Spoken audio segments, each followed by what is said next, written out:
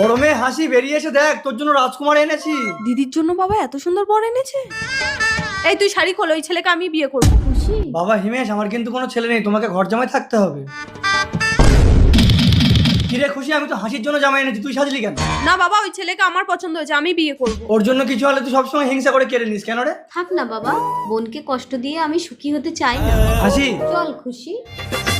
5 বছর পর। হাসি মাসি, তুমি কি এই লোকটাকে বিয়ে করবে? এই তো লিয়ায় চলে আয়। আমি তোমাকে রাজরানী করে রাখবো হাসি। বাবা মন, তাহলে বিয়েটা পাকা, সন্ধ্যাবেলা বিয়ে করতে এসো। ঠিক আছে। খুশি ডাক্তার। খুশি, আপনার স্ত্রীর ব্লাড ক্যান্সার হয়েছে, ও আর বেশি দিন বাঁচবে না। না ডাক্তার। খুশি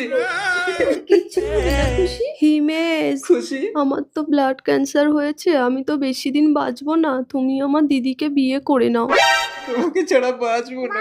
আমি জানি তুমি আমাকে খুব ভালোবাসো, কিন্তু তোর